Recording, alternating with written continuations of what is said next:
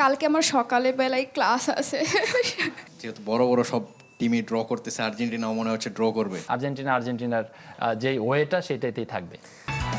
বিশ্ব champion Argentina নামছে শিরোপা রক্ষার মিশনে। গ্যালারিতে থাকবে নীল সাদার ঢেউ আর কোটি ভক্তের প্রার্থনা। সেই সাথে মাঠে নামবে ফ্রান্স, নরওয়ে মতো বড় বড় দলগুলো। প্রতিদিন সব খেলার আদ্যপান্ত জানাচ্ছি আমরা আইগেলস ইউনাইটেড প্রেজেন্টস আলটিমেট ওয়ার্ল্ড কাপে। সাথে আছি আমরা দুজন, আমি ইশরাত জাহান এবং আমি মনজুর আল মতিন। আমাদের সাথে রয়েছেন আমাদের অতিথি বাংলাদেশ জাতীয় ফুটবল দলের তারকা ফুটবলার তপু বর্মন, এবং আমাদের সাথে রয়েছে আমাদের ফ্যানজন। প্রথম একজন গেস্ট এসেছে, নারী একজন গেস্ট আমরা পেলাম, খায়রুন নাহার কাকলি, এবং তার পাশেই রয়েছেন শামস মোহাম্মদ ইশরাক, এবং আমাদের সাথে একজন ফুটবলার রয়েছেন জাইন। একই সাথে প্রতিদিনের মতো আমাদের সাথে যুক্ত হচ্ছেন সাইফুল ভাই, টিটু ভাই। আমাদেরকে বিশ্লেষণগুলো জানাবেন এবং স্বাভাবিকভাবে কেপ ভার্দের ম্যাচ নিয়ে অনেক কথা আমাদের থাকবে। তবে তার আগে আমরা তপু ভাইয়ের কাছ থেকে জানতে চাই, কি খুব ভয় লাগছে নাকি কি হবে কালকে? কিসের জন্য? এতগুলো ড্র হয়ে গেল। একটা মিম দেখছিলাম যে এমবাপ্পে, মেসি এবং রোনালদো সবাই জব করছেন, যে কি হয়। না, আসলে very tight match to be frankly এবং অনেস্টলি আমি বলতে চাই, কারণ ফার্স্ট ম্যাচ ভেরি ইম্পর্টেন্ট একটা দলের জন্য, যে কোনো দলের জন্যই হোক। সেটা আসলে আমরা অলরেডি দেখেছি ব্রাজিল এবং স্পেন, তার সাথে আপনার ধরেন বেলজিয়ামকেও ধরতে হবে। বেলজিয়ামও ড্র করেছে ইজিপ্টের সাথে। তো এখন জাস্ট খালি ওয়েট করছি আসলে কোন ফরমেশনে তারা খেলবে, হয়তো বা টিটু স্যার বলবে এই ব্যাপারে। আর my opinion, Argentina deserving team. কালকে সকাল 7টায় আপনার ধরেন আলজেরিয়ার সাথে ডেফিনেটলি একটা টাফ ম্যাচ হবে, কিন্তু আর্জেন্টিনা উইন হবে। I hope. All the best. Titu ভাই, কেপ ভার্দের মহাকাব্যিক খেলা কালকে, মানে একটা খেলায় ডিফেন্ড করা যে এত বড় একটা অ্যাচিভমেন্ট হতে পারে, এটা বোধহয় কালকে দেখা গেল। কি মনে হলো কালকে খেলাটা দেখে? এবং এত বেশি সময় বোধহয় এটা তাদের অংশেই খেলাটা হলো প্রায় পুরো সময় ধরে। না, রাইট। আমার মনে হয় যে উই শুড আপলোড কি বলে কাবো ভার্দে বলছে, কেপ ভার্দি, যেটাই হোক। সো ওদের defending was different than Curacao try to defend behind the ball. But কালকে বোধহয় আমরা বলছিলাম যে শুধু বলের পিছনে গেলে হবে না, how you mark player, screen space and press. তো যেটা ওরা ফিজিক্যালিটি এত ভালো, আমার কাছে মনে হচ্ছে কালকে ওদের খেলা দেখে।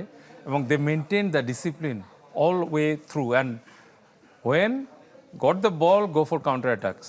এইটা হচ্ছে স্পেনকে বেশ বেগ দিয়েছে আমার ধারণা। বাট যদিও বক্সের ভিতরে 51টা টাচ করেছে স্পেন, ওরা 6টা, এবং এখানে 72 ছিল তাদের পজিশন স্পেনের, 27 শটস, 6 অন টার্গেট। সো এই জিনিসগুলি দেখায় যে 734 বা সামথিং পাস করেছে স্পেন, ওরা ওখানে 206টা।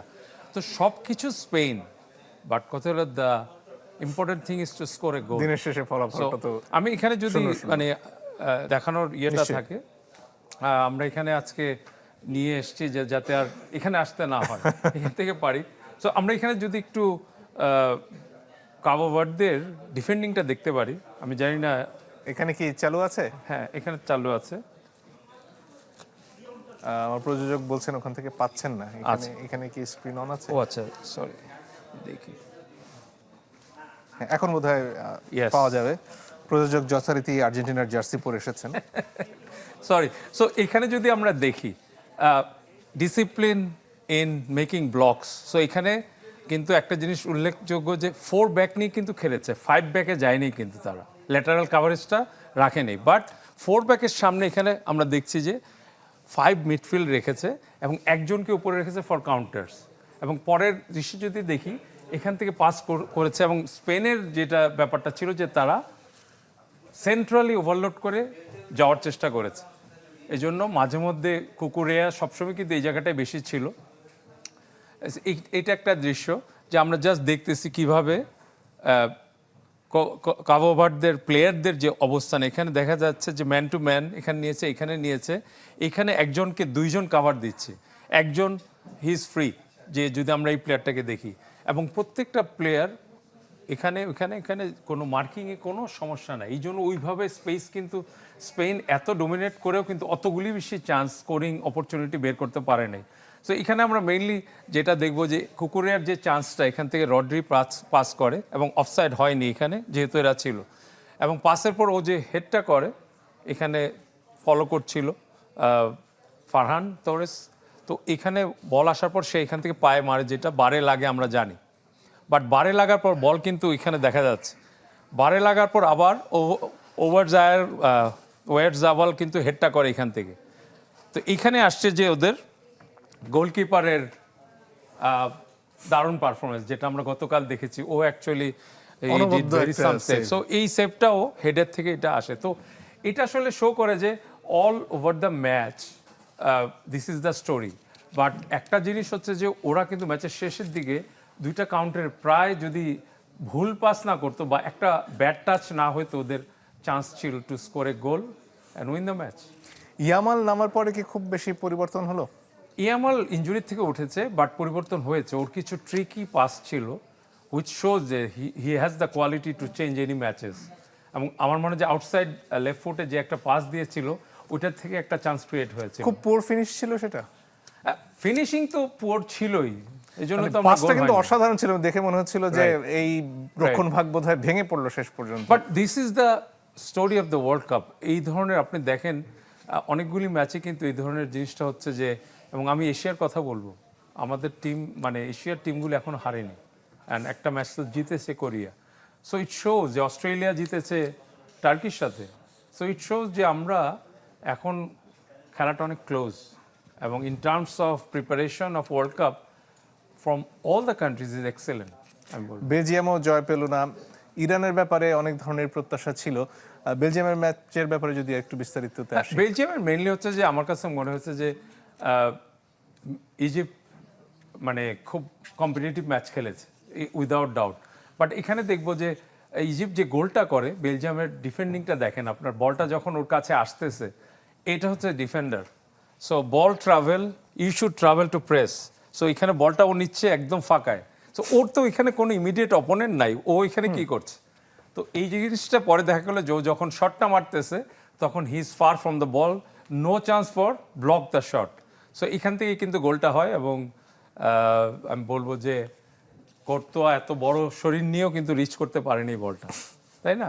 বাট তারপরে যে বেলজিয়াম খেলায় ফেরত আসে, এটা তো আমরা জানি কিসের কারণে, যখন ওরা চেঞ্জটা করে, লুকাকু যখন মাঠে আসে।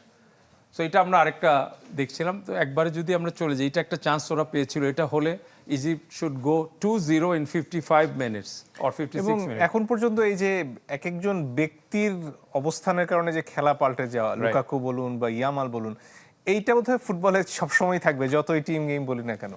ইট শোজ যে এখনকার দিনে কোচদের in match coaching is very important to take decisions, যে কাকে কখন কিভাবে নামাবে। যে এখানে লুকাকু নামার পর যেটা বলটা রাইট সাইডে যায়, লুকাকুর রানটা আপনি খেয়াল করেন, হি ইজ বিহাইন্ড, বাট সে যাচ্ছে একদম স্ট্রেইট, যেখানে হি ক্যান স্কোর গোল।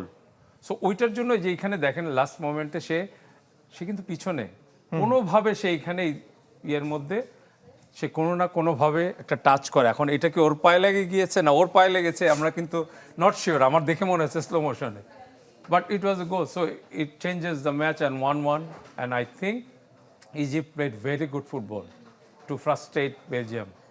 ইরানের কি হলো?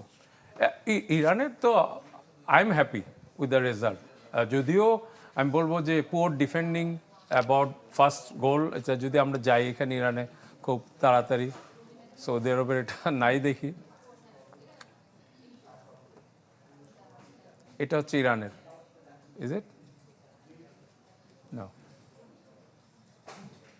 এটা আমি অন্য জায়গায় চলে গেছি। ইরান হচ্ছে এখানে আসবে, রাইট? জি, এটা ইরান। হ্যাঁ, ইরানের যেটা হয়েছে যে এখানে খুব দুইটা সেন্টার ব্যাক, এখানে ওদের স্ট্রাইকার যে বল নিচ্ছে, অনেক বড় একটা লং বল এসেছিল ডিরেক্ট পাস। তো এই দুজনের কেউই কিন্তু বলে যায়নি, তারা অ্যালাউ করছে okay, and he can trap the বল।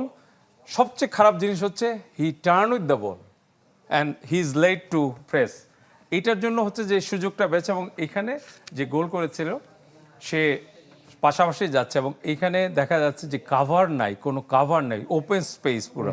এবং এখান থেকে এই মাঝখানে আরেকটা পাস হয়েছে, এবং এখানে ও বল পাওয়ার পর সো পুয়ার ডিফেন্ডিং আমি বলবো এটার জন্য, যে এটা গোল করে চলে গেছে। একটু আমরা রেজওয়ানুজ্জামানের কাছে যেতে চাই। তিনি একটু পরে বোধহয় ক্যান্সাস থেকে আমাদের সাথে যোগ দেবেন, যেটা হচ্ছে আর্জেন্টিনার হোম টাউন বলা চলে, তাদের বেস ক্যাম্প সেখানে। ইশরাত, আপনার কাছে চলে আসি, বাকি দর্শকদের চিন্তাগুলো শুনতে চাই। তপু বর্মন, কালকের যে ম্যাচটা কেপ ভার্দের বাজ পাখিকে আমরা দেখলাম, সেই ম্যাচটা নিয়ে একটু শুনতে চাই। বাজ পাখি বোজিনহার যে সেভগুলো কেমন লেগেছিল? না আসলে রিয়াকশন, আসলে তার যে আসলে অলরেডি টিটু স্যার মেনশন করলো যে একটা বল আপনার বারে লাগার পরে ফার্নান্ডো টরেসের, তারপরে যে তার রিয়াকশনটা ছিল সেকেন্ড সেভটা, আসলে সেটাই আপনার প্রমাণ করে যে আসলে এখানে তারা আসছে ফাইট করার জন্য, ম্যাচ হারার জন্য আসে নাই।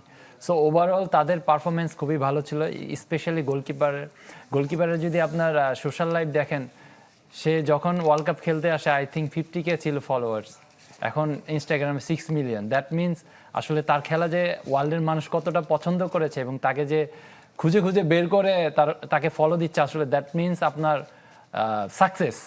কারণ আসলে ওয়ার্ল্ড কাপের আরও 2টা খেলা আছে, তো ওভারঅল যদি আমি কাউন্ট করি, তাদের ডিফেন্সিভ যেই প্যাটার্নটা ছিল এক্স্যাক্টলি তারা যেটা চেয়েছে সেটাই করতে পেরেছে। এর জন্য কিন্তু স্পেন আপনার সুযোগগুলো ক্রিয়েট করেছে কিন্তু গোল করতে পারে নাই। তার মেন কারণ হলো গোলকিপারের জন্য আমি অভিনন্দন জানাতে চাই, নেক্সট 2টা ম্যাচে আরো ভালো করবে। স্পেনের ফিনিশ নিয়েও কথা হচ্ছিল যে সেটা আপ টু দ্য মার্ক না। আসলে আমরা Spain after the Fernando Torres, যেটা সিনিয়র টরেস ছিল, তারপর থেকে আসলে নাম্বার 9 যেই মিসিংটা, আসলে আপনি যদি দেখেন লা লিগাতে স্পেশালি রিয়াল মাদ্রিদ বা বার্সেলোনায় আসলে নাম্বার 9 পজিশনে কারা খেলছেন, তারা কিন্তু খেলছেন না। আপনি যদি ফার্নান্ডো টরেসকে দেখেন, আসলে সে বার্সেলোনায় অনেক স্ট্রাগল করে, গোল অনেকগুলো চান্স পাওয়ার পর দেখা যায় একটা গোল করে। তো সেই ক্ষেত্রে আমি বলবো যে আসলে নাম্বার 9-এর একটা ঘাটতি ছিল স্পেশালি, কারণ তারা আসলে 2 ফ্ল্যাঙ্ক দিয়ে খেলে, আপনার নিকো উইলিয়ামস তার সাথে লামিন ইয়ামাল, যারা আসলে ইনজুরির কারণে ফার্স্ট ম্যাচটা শুরু থেকে খেলতে পারে নাই। সেই ক্ষেত্রে আমি বলবো যে তাদের ইনভলভমেন্টটা আসলে মিসিং ছিল কালকের ম্যাচে, হয়তো বা তারা যদি প্রথম থেকে থাকতো দৃশ্যটা অন্যরকম হতে পারতো। তো এইটাই মেইন প্রবলেম আমি মনে করি, যে নাম্বার 9-এর যেটা আপনার লুকাকু নামার পরে কিন্তু গোল পেলো, সে কিন্তু একদম এক্স্যাক্টলি নাম্বার 9-এর প্লেয়ার, যে কিনা আপনার বক্সের সামনে বল পেলেই গোল করতে পারবে। তো এরকম স্মেলিং প্লেয়ার থাকতে হবে যারা কিনা আপনার আমি গোল করতে পারবো, এরকম টাইপের স্ট্রাইকার আসলে স্পেন টিমে কম, এর জন্য আপনার গোল হয় না। তারকা নাকি দলগত শৃঙ্খলা, গত 4টি ম্যাচ যদি আমরা বিশ্লেষণ করি, কি মনে হচ্ছে? না আসলে আমি বলবো যে দলগত পারফরমেন্স, কারণ আপনি যদি ইজিপ্টের পারফরমেন্স দেখেন, তারা কিন্তু very near to win against Belgium. তার সাথে ইরান আসলে 2 গোল আগে দেওয়ার পরে 2 গোল কনসিড করলো, যেটা অলরেডি ব্যাখ্যা করেছে আসলে ডিফেন্সিভ ভুলের কারণে তারা গোলগুলো কনসিড করে, না হলে হয়তো বা জিততে পারতো। যদি সাউদির কথা বলি, সাউদির গোলকিপারকে আপনার এই জায়গায় মেনশন করতে হবে, সে কিন্তু আপনার সেই গোলকিপার থেকে একটা সেভ বেশি দিয়েছেন এবং সে ম্যান অফ দি ম্যাচ হয়েছেন। তো ওভারঅল যদি আমি বলি যে কালকের যেই after long time maybe 68 years পরে 4টা ম্যাচ একসাথে ড্র করা, আবার সেম ডেট, তো সেই ক্ষেত্রে আমি বলবো যে টিম ডিফেন্ডিং এবং টিম পারফরমেন্সে ভালো ছিল। অবশ্যই বড় বড় দলগুলো যেভাবে পয়েন্ট হারাচ্ছে, কালকে আর্জেন্টিনার মাথায় কতটা চাপ থাকবে কি মনে হচ্ছে? না, একটু তো প্রেশার অবশ্যই থাকবে, বিকজ তারা জানে যে আসলে 2022-এর ওয়ার্ল্ড কাপে সাউদির সাথে তারা 2 গোলে হেরেই কিন্তু ওয়ার্ল্ড কাপটা চ্যাম্পিয়ন হয়। এখন আমি বলবো যে অ্যাজ এ ফ্যান আমি বলবো যে আর্জেন্টিনার সেই জায়গায় যাওয়া প্রয়োজন আমি মনে করছি না। তারা নিজেদের পারফরমেন্স করবে, যদি প্রিভিয়াস তাদের পারফর্ম দেখেন, দে ডু ভেরি ওয়েল, এবং তাদের কিন্তু ইনজুরি একটু প্রবণতা আছে। সেই ক্ষেত্রে আমি বলবো যে এনাফ প্লেয়ার আছে এবং কোচ অনেক এক্সপিরিয়েন্স কোচ, তার যে ডিসিশনটা নেবে আসলে একদম আমার মনে হয় যে এই ম্যাচের জন্য একদম রাইট ডিসিশনটা নেবে। এবং আসলে যেটা আপনি বললেন যে আসলে যেহেতু বড় বড় টিমগুলো পয়েন্ট লুজ করছে, সেক্ষেত্রে আমি বলবো যে আর্জেন্টিনার ক্ষেত্রে এটা হবে না, যেটা আমরা আগে ভাবতাম যে ওয়ার্ল্ড কাপ চ্যাম্পিয়ন হলে ফার্স্ট রাউন্ডে বাদ, যেটা কিন্তু ফ্রান্স অলরেডি করে দেখিয়েছেন। পরের ওয়ার্ল্ড কাপে তারা ফাইনাল খেলছে 2022-এর ওয়ার্ল্ড কাপে। তো দ্যাট মিনস আপনার সেই জায়গায় যাবে না, আর্জেন্টিনার যেই ওয়েটা সেটাতেই থাকবে। দর্শকদের কথাও শুনবো, তবে একটা বিরতির সময় হয়ে গেছে ঈশ্বর। তবে যাবার আগে যারা সরাসরি টেলিভিশনে আমাদের এই অনুষ্ঠান দেখছেন, তাদের জন্য অনলাইনে উত্তর দেওয়ার মতো একটা কুইজ রয়েছে। প্রশ্নটা হচ্ছে, ফুটবলে আমার মনে হয় অনেকের জন্য খুবই সহজ, আর্জেন্টিনাকে কোন নামে ডাকা হয়? উত্তরগুলো হচ্ছে সাম্বা বয়েজ, লা রোজা, আলবি সেলেস্তে এবং জুরি। আর সঠিক উত্তর আপনারা পাঠাতে পারেন চ্যানেল 24-এর worldcup.channel24.tv এই ঠিকানায়। সঠিক উত্তরদাতা পাবেন চ্যানেল 24-এর পক্ষ থেকে গিফট হ্যাম্পার। একটা বিরতি নিয়ে নিচ্ছি, ফিরছি একটু পরেই, সাথে থাকবেন আশা করি। আইগাজ ইউনাইটেড প্রেজেন্টস আলটিমেট ওয়ার্ল্ড কাপে আবারও স্বাগত জানাচ্ছি। আমরা দর্শকদের কথা শুনবো, তবে তার আগে টিটু ভাইয়ের কাছে একটু ফিরে যেতে হচ্ছে, কারণ টিটু ভাইয়ের কাছে ফরমেশনটা আছে। সেই ফরমেশনে আমরা জানবো আসলে আজকের খেলা কেমন হতে পারে। তবে তারও আগে আমাদের সহকর্মী রেজওয়ানুজ্জামান ক্যান্সাস থেকে অপেক্ষা করছেন আমাদের সাথে যুক্ত হয়ে সেখানকার পরিবেশ সম্পর্কে জানাবার জন্য। রেজওয়ান, টিটু ভাই জানতে চাচ্ছিলেন যে সকালের নাস্তা কেমন ছিল? আমি আছি ক্যান্সাসে, আপনি জানেন যে এখানে কিন্তু আর কয়েক ঘন্টা পরে ম্যাচ আর্জেন্টিনার।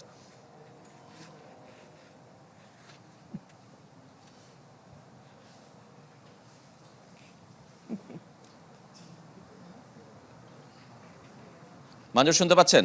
হ্যাঁ, শুনতে পাচ্ছি। টিটু ভাই জানতে চাচ্ছিলেন যে সকালের নাস্তা কেমন ছিল, বা রাতে কি খাবেন? আমাদের রেখে রেখে মজার মজার খাবার খাচ্ছেন নিশ্চয়ই।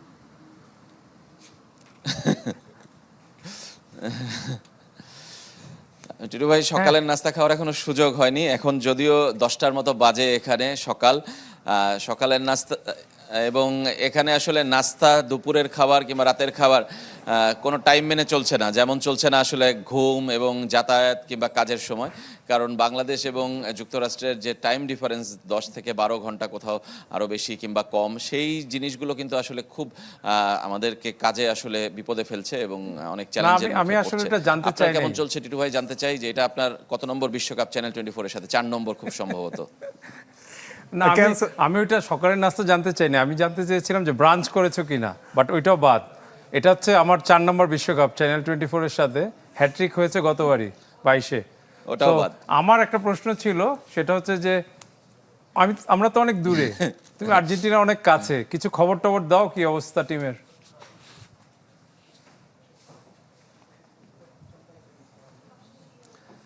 টিমের খবর তো আমার মনে হয় যে পুরো বিশ্বই জানে। আর্জেন্টিনা টিমের প্রতি সবার ফোকাস। একটা খবর নিশ্চিত যে লিওনেল মেসি খেলছেন, তারও ইনজুরির কিছুটা সমস্যা ছিল। আরেকটা খবর নিশ্চিত এমিলিয়ানো মার্তিনেজ, তিনিও খেলছেন। আরেকটা খবর নিশ্চিত নিকোলাস তাগলিয়াফিকা, তিনি খেলছেন না। কিন্তু তার জায়গায় আসলে কে খেলবে, সেই জায়গাটা কিন্তু একটা চ্যালেঞ্জ রয়েই গেছে। সেইটা নাহুয়েল মলিনা না গঞ্জালো মন্তিয়াল, কে খেলতে পারেন, সেই জায়গাটায় কিন্তু একটা প্রশ্ন রয়েছে। লিওনেল স্কালোনি নিশ্চয়ই সেই জায়গাটা দেখছেন, এবং সামনে ফরওয়ার্ড লাইনে লতারো মার্তিনেজ খেলবেন মেসির সঙ্গে, সেইটাও নিশ্চিত আমার কাছে মনে হয়। ফরমেশনটা খুব ক্লিয়ার আমার কাছে মনে হয় যে খুব বেশি সন্দেহের জায়গা নেই। এক নিকোলাস তাগলিয়াফিকো না খেলাতে আসলে কি হবে, সেই জায়গাটায় একটা প্রশ্ন আছে।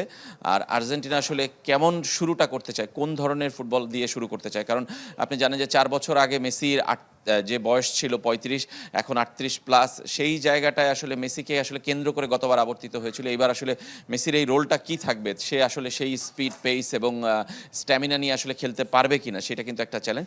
সেটা আসলে কিভাবে স্কালোনি আসলে মেনটেন করবেন কিংবা কৌশলে আসলে অ্যাডাপ্ট করবেন, সেটা আমার কাছে মনে হয় সবচেয়ে বড় প্রশ্ন এই ওয়ার্ল্ড কাপে। রেজওয়ান, অনেক ধন্যবাদ আমাদের সাথে যোগ দেওয়ার জন্য, এবং আশা করি আপনি খাবারগুলো খাওয়ার সময় ঠিকই বের করে নেবেন। টিটু ভাই, ফরমেশনে আসতে যাচ্ছিলাম। না, এটা অলরেডি যদি এখানে দেখা যায়, ও যেটা বলেছে, এখানে আমরা মানে ধারণা করছি মন্টিয়েল শুরু করবে রাইট ব্যাকে, মেদিনা হয়তো লেফট ব্যাকে, বাট এটা চেঞ্জও হতে পারে। এবং যেখানে মার্টিনেজকে আমরা দেখছি, যে ম্যানিউর মার্টিনেজ যে খেলতো আগে, রোমেরোর সাথে ওটামেন্ডি করবে না সে শুরু করবে, এখনও আমরা জানি না, হতে পারে। বাট মিডফিল্ডে আমার মনে হয় যে ম্যাকঅ্যালিস্টার, ফার্নান্দেজ আর ডিপল মোটামুটি থাকবে, এবং আলমাদা অ্যান্ড লাউতারো মার্টিনেজ এবং মেসি শুরু করবে for sure, and goalkeeper Emi Martinez. মেসিকে শুরু থেকে খেলানো হচ্ছে, এটা কি নিশ্চিত মোটামুটি? হ্যাঁ, মেন হচ্ছে যে এটা একটা চ্যালেঞ্জ, এবং এই জিনিসটা চ্যালেঞ্জ হচ্ছে এই কারণে, two become a world cup champion is very hard work or hard job, and to become successive champion is not easy at all. So এইখানে হচ্ছে যে এই জিনিসগুলি খুব ইম্পর্টেন্ট হয়ে দাঁড়াবে, যে আউট অফ পজিশনে কী করছে, ইন পজিশনে কীভাবে মুভমেন্ট করছে। এখানে আমরা জানি মেসির ফ্রিডমটা মেসি চাবে। আমরা গত ওয়ার্ল্ড কাপে শুনেছি ওয়াকিং মেসি, সে হাঁটছে, বাট এমন সময় এমন জায়গায় গিয়ে হাজির হচ্ছে। আপনার মনে আছে গোলটা, যে মেক্সিকোর সাথে গোলটা, ওইটা ছিল টুর্নামেন্টের টার্নিং পয়েন্ট ফর আর্জেন্টিনা, কারণ ফার্স্ট ম্যাচ হেরেছে সৌদি আরবের সাথে। তো ওই গোলটার অপেক্ষায় থাকতে, এবং সে কোথায় গিয়েছিল, কোথায় দাঁড়িয়েছিল, কিভাবে বলটা নিল, ওখান থেকে কি ফিনিশ করলো। তো এই মেসির ফ্রিডমটা কীভাবে ইউজ করা হবে, স্কালোনি কীভাবে করবে, এটা খুব ইম্পর্টেন্ট হবে। আর তারপর তার মিডফিল্ডাররা তো আছেই, বাট আমি মনে করি যে এই টিমটা সবচেয়ে স্ট্রং পয়েন্ট হচ্ছে ফ্লেক্সিবিলিটি ইন দ্য টিম। এটা যেভাবে খুশি এভাবে টিমটাকে শেপ দেওয়া যায়। মেসি কি 90 মিনিট খেলবেন বলে মনে হয়? মেসিকে বসানোটা তো বেশ কষ্টকর ব্যাপার, সাহসের ব্যাপার, সব মিলে আমি জানি না। এটা হচ্ছে যে আপনার ফার্স্ট ম্যাচটাই হচ্ছে সেক্ষেত্রে মেসির জায়গায় কার আসার সম্ভাবনা? যে কোনো ফরওয়ার্ড প্লেয়ার যারা আছে ওইখানে আছে, যে কেউ আসতে পারে, বাট মেসি থাকাটা একটা অন্যরকম ব্যাপার। এখন সে পরেও নামবে কিনা কোনো কোনো ম্যাচে, যেমন আমরা লাস্ট ম্যাচটা আইসল্যান্ডের সাথে দেখলাম, সে পরে নেমেছে, হয়তো তাকে রেস্ট দেওয়া হয়েছে 3-1 যেটা রেজাল্ট ছিল। তো ওইখানে দেখা গেছে যে আবার আর্জেন্টিনার বিল্ড আপটা ছিল 4-2-2-2, মানে 4-2-2-2, তার মানে হচ্ছে যে ওরা ওই সেন্ট্রাল ওভারলোডটা করতে চাচ্ছে, আবার উইংয়েও দিয়ে খেলতে পারে। এখন মেসি তো রাইট উইংয়ে যদি এখানে শুরুও করে, he will go in drift inside, যেটা বার্সেলোনায় আগে করতো যখন বার্সেলোনা ইয়াং বয়সে খেলছে। তো আমরা জানি না, বাট এখানে আমরা কিছু জিনিস দেখতে পারি যে অ্যাকচুয়ালি ওদের ইয়েটা যদি আমরা স্কিপ করি, এখানে যে মেইন ব্যাটেলটা হবে মেসি ভার্সেস আলজেরিয়ান রাইট সাইডটা, ওরা কিভাবে ইয়ে করে, মাহারেজ আর্জেন্টিনা রাইট ব্যাক, ডিপল, এই ব্যাটেলগুলি আমরা দেখবো এই ম্যাচটায়। এবং লাউটারো এবং ম্যান্ডি প্লাস যারা খেলবে উপরে, তাদের ফিনিশিংটা, যেমন লাউটারো মার্টিনেজের একটা কনসিস্টেন্সির মানে সমস্যা আছে আমার মনে হয়, যে কিছু কিছু সহজ গোল সে মিস করে, কিছু কঠিন গোল করে ফেলে। বাট একটা জিনিস হচ্ছে যে আপনার সিম্পল ইজ দ্য বেস্ট, এই জিনিসগুলি সিম্পল চান্স যেন সে কোনোভাবে হাতছাড়া না করে, যেটা কালকে স্পেনের মধ্যে আমরা দেখেছি যে বলটা যেটা কুকুরে নামিয়ে দিল হেড করে, ওটা বারে লাগার কোনো প্রশ্ন নাই, ওটা বারে রাখতে হবে if you want to become a champion. So আমার মনে হয় যে ওই কনসিস্টেন্সি লেভেলটা আর্জেন্টিনার নিশ্চিত করাটা ইম্পর্টেন্ট। নিশ্চয়ই আবারও ফিরবো, আর্জেন্টিনা নিয়ে আরও কথা হবে নিশ্চয়ই। তবে তার আগে আমাদের সেটে যে দর্শকরা আছেন তাদের সাথে একটু কথা বলতে চাই।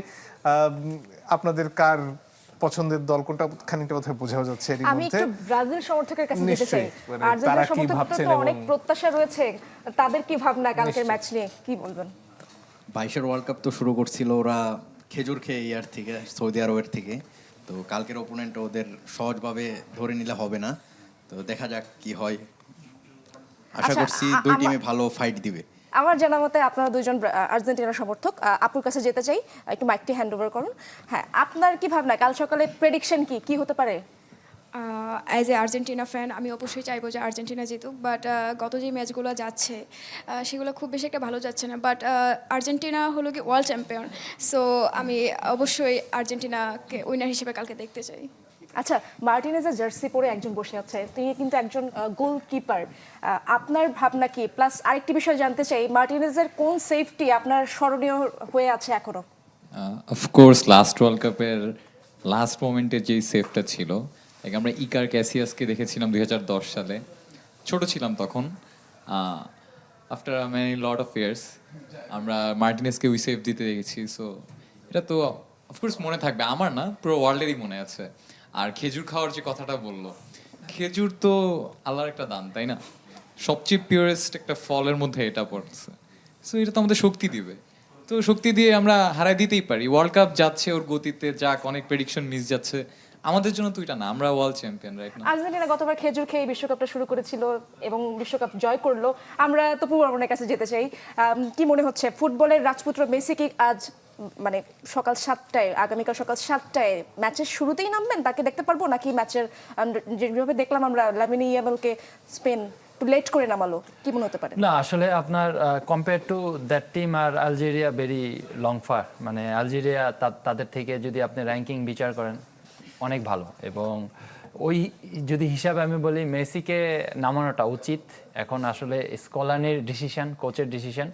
অ্যাজ এ ফ্যান হিসাবে আমি বলবো যে মেসির ইনভলভমেন্টটা মাঠে থাকা মানে অন্য পজিশন, অন্য টিমগুলো আসলে ভয়ে কাঁপে। এটা আমরা অ্যাজ এ ও যখন বার্সায় খেলছে বা যখন পিএসজিতে খেলছে, এখন আসলে ইন্টার মায়ামিতে খেলতেছে, সেম দৃশ্যগুলো আমরা একদম ভিজিবল আমরা দেখতে পাই। কিন্তু 4 বছর আগের মেসি আর এখনকার মেসি কি এক করে না, এটা দেখা তো যায়? এজিং একটা ব্যাপার, ফুটবলে আপনার এজের সাথে সবকিছুর একটা ব্যাপার থাকে। তার সাথে আমি বলবো যে আসলে যেটার জন্য আসলে আমরা বলতে পারি না এবং বলতে পারি না কোনটা, যে কিনা আপনার ধরেন ধারাবাহিকভাবে পারফরমেন্স করতে পারে না বা গোল করতে পারে না।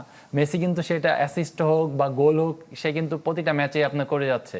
লাস্ট ম্যাচ যেটা আইসল্যান্ডের সাথে 3 গোলে জয়লাভ হলো, সেখানে কিন্তু মেসির গোল ছিল, হয়তো বা সেটা পেনাল্টিতে, বাট তার একটা পাসেই কিন্তু গোল করেছিল। সো সেই ক্ষেত্রে মেসির ইনভলভমেন্টটা ভেরি ভেরি ইম্পর্টেন্ট আর্জেন্টিনার দলের জন্য এবং অপোজিশনের জন্য একটা থ্রেট। আর নিন্দুকেরা একটা কথা বলে যে আর্জেন্টিনা পেনাল্টি বেশি বেশি পায়, আপনার কি মনে হয়? না পেনাল্টি এটার একটা এগুলোর লজিক কিন্তু অনেক।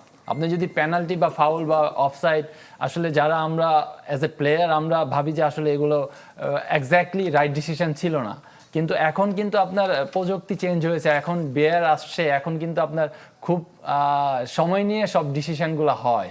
আমি যদি বলি যে ওয়ার্ল্ড কাপের ফাইনালে কেন 3টা পেনাল্টি হলো, 2টা কেন ফ্রান্স পেল, এটা কিন্তু একটা আপনার তবু ওই ম্যাচে যে রেফারি ছিলেন এই ম্যাচেও কিন্তু সেম রেফারি আছে। হ্যাঁ আমি দেখলাম, পেনাল্টি কি দেখতে পারি আমরা, পিকচার তিনটা থেকে দেখলাম। একটু বেশি দেখতে সো পারি। ওইটার যদি আপনি বলতে বলেন তাহলে আমি বলবো যে আসলে এখন very easy to take decision, কারণ এখন আপনি ডিসিশন নেওয়ার পরেও কিন্তু আপনি বিয়ারার চেক করতেছেন বা উপরে নিচে 4 জন আছে, আবার 3 জন অফিসিয়াল উপরে থাকে। তো দ্যাট মিনস আপনার অনেক কিছুতেই ইমপ্রুভ হয়েছে। সেক্ষেত্রে আমি বলবো যে ডিসিশনগুলো যেভাবেই নেওয়া হচ্ছে রাইট নেওয়া হচ্ছে, কারণ এখানে আপনার কোনো পার্সিয়ালিটি নাই, কোনো আপনার ম্যান ডিপেন্ডেন্ট কোনো ডিসিশন নাই। সো এগুলো মানতে হবে আমাদের সবাইকে। আমরা আমাদের সেটের দর্শকদের জন্য একটি কুইজ জানিয়ে দিতে চাই। আমার হাতে যে কুইজটি রয়েছে, আজকের প্রশ্ন, বিশ্বকাপ ইতিহাসে একমাত্র খেলোয়াড় হিসেবে 2বার গোল্ডেন বল জিতেছেন কে? অপশন লাগবে না আপনাদের? আচ্ছা অপশনটা আমি বলে দিই। Option A Diego Maradona, option B Kylian Mbappe, option C Lionel Messi, option D Zinedine Zidane. যেহেতু আর্জেন্টিনার ম্যাচ, আমরা আর্জেন্টিনা সমর্থকের উত্তরটি নেই, আপনি বলুন। Kylian Mbappe. ট্রাই করতে চান? মেসি। দেখছেন? গোল্ডেন বুট এমবাপ্পের, but Lionel Messi golden ball 2বার। একজন ব্রাজিল সমর্থক উত্তরটি জিতে নিলেন, অনেক ধন্যবাদ আপনাকে। Man of the tournament Messi. আচ্ছা ভাই, আর্জেন্টিনা কি এবার মিডফিল্ড দিয়ে ম্যাচটা জেতার চেষ্টা করবে নাকি অ্যাটাকে যাওয়ার চেষ্টা করবে? আসলে অ্যাটাকিং এবং মিডফিল্ড, যেটা অলরেডি টিটু স্যার বললো যে আসলে মিডফিল্ড 3 জন প্লেয়ার যারা কিনা আপনার লাস্ট ওয়ার্ল্ড কাপে খেলেছে, স্পেশালি 2022 সালে যেই ওয়ার্ল্ড কাপটা আপনার এনজোর মতো, এখন আমি বলবো যে এখন সে সুপারস্টার, মেকালিস্টার সুপারস্টার, বিকজ 2022 সালে তারা আসলে অনেক ইয়াং ছিল এবং তারা কিন্তু এক্স্যাক্টলি আপনার যে হাই লেভেলের যে লিগগুলোতে সেইগুলোতে খেলতো না। এখন তারা 2 জন স্পেশালি ইংলিশ প্রিমিয়ার লিগের মতো টপ টিমে খেলে। তো দ্যাট মিনস এখন মিডফিল্ডে ডমিনেট অবশ্যই করতে পারবে, তার সাথে অনেক এক্সপিরিয়েন্স দ্বিপল থাকবে। এই 3 জনের একটা যে কম্বিনেশন, এটা কিন্তু একদিনে হচ্ছে না, তারা কিন্তু প্রায় 5 থেকে 6 বছর ধরে একসাথে খেলছেন। তো সেই ক্ষেত্রে আমি বলবো যে ডেফিনেটলি মিডফিল্ডের যেই ওদের যে পরিসংখ্যান, অবশ্যই তা অন্য টিম থেকে তারা আগায় থাকবে, কারণ এখন মেকালিস্টার আমি বলবো যে অনেক আগে থেকে অনেক পরিপূর্ণ, এবং এনজোর যে পারফরমেন্স এই বছর, আপনার একটা মিডফিল্ড হয়ে যদি আপনার টোটালি 14 থেকে 15টা গোল করেছেন, মেকালিস্টারও আপনার লিভারপুলে খুব ভালো খেলেছেন। তো ওই ক্ষেত্রে আমি বলবো যে ডেফিনেটলি তারা ডমিনেট করতে পারবে যে কোনো টিমকে মিডফিল্ড জোনে। জি অবশ্যই, আমরা আবারও গল্প ফেরার চেষ্টা করবো। একটি বিরতি নিতে চাই। আইগাস united presents ultimate world cup, একটি বিরতি নিচ্ছি। দর্শক আপনারা দেখছেন আইগেস united presents ultimate world cup. Titu ভাই আপনার কাছে ফিরে আসবো। আর্জেন্টিনাতে মেসি থাকলে আর না থাকলে কি অবস্থা দাঁড়ায়, সেটার মধ্যে একটা বিশ্লেষণ আছে আপনার কাছে। হ্যাঁ, তবু অলরেডি মেনশন করছে আইসল্যান্ডের সাথে মেসি আসার পর সে পেনাল্টিতে গোলও করেছে, আবার গোল করিয়েছে, অ্যাসিস্ট ছিল। বাট শুরুটা ছিল মেসি ছাড়া অনেক ইয়াং প্লেয়ারকে ট্রাই করেছে। তো আমরা যদি এখানে দেখি যে বিল্ড আপটা অ্যাকচুয়ালি ওরা সেন্ট্রালি রাখতে চেয়েছে, যেটা আমি বলছিলাম এই আইসল্যান্ডের সাথে ম্যাচটায়। সো এখানে আপনি দেখেন যে গোলকিপারের কাছ থেকে বল লেফট সেন্টার ব্যাক পেয়েছে, লেফট ব্যাক 2টা হোল্ডিং মিডফিল্ডার মাঝখানে, তার উপর ফার্দার 2টা মিডফিল্ডও মাঝখানে। তার মানে সেন্ট্রালি 4-2-2, এবং রাইট ব্যাক আপনারা দেখছেন যে ওই নাম্বার যে টাইমের 15-এর উপরে আছে, এখানে দেখা যাচ্ছে। তো এই দিকটায় না ওই যে 15-এর উপরে, রাইট। সো এই জন্য লেফট ব্যাক এবং right back further wide and up, but মাঝখান দিয়ে হচ্ছে 2জন করে ওইখান থেকে বাইরে যাওয়া। তো এটা সে যে সেন্ট্রালি ওভারলোড তৈরি করার জন্য অপোনেন্ট মিডফিল্ডাররা যেন মাঠের মাঝখানটা দিয়ে খেলোয়াড়ের সংখ্যা বেশি তো রাখছে। ওইটা মানে করবে আমি বলছি না, বাট দেখেন অ্যাটাকিং এর সময় তারা কিন্তু কতগুলি উপস্থিতি in front of the 2, line, 3, 4, 5, 6 জন এইখানে। তো এই জিনিসটা আবার বিপদের কারণ হচ্ছে যখন এত উপস্থিতি থাকবে attacking A, when you lose the ball Counter attack. Counter আপনাকে সামলাইতে হবে। যেমন আইসল্যান্ড এই কাউন্টারটা করেছিল, সো সবাই ফলো করেছে একসাথে।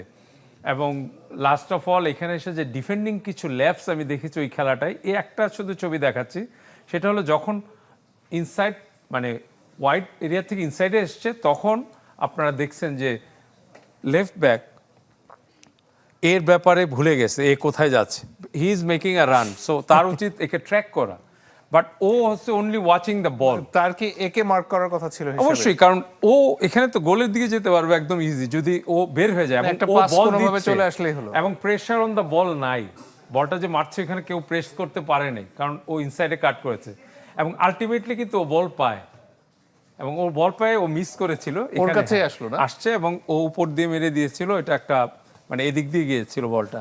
মানে খুব সহজ একটা গোল হতে তো পারতো, এই ঠিক মতো ব্যাপারে মারতে পারলো। মানে আর্জেন্টিনাকে সতর্ক থাকা, হয়তো ওই ম্যাচটাতে অনেক নিউ প্লেয়ার্স, ইয়াং প্লেয়ার্সদের ট্রাই করেছে, হতে পারে, বাট কালকে তো মানে আজকে তো জিনিসটা হবে অন্যরকম কিছু, ওই জিনিসটা আমার মনে হয় যে একটু ফ্রান্স সতর্ক নিয়ে থাকা। কিছু যোগ করতে চান কিনা? হ্যাঁ, সো ফ্রান্স নিয়ে আমরা যদি দেখি, আমরা খুব কুইকলি যাব।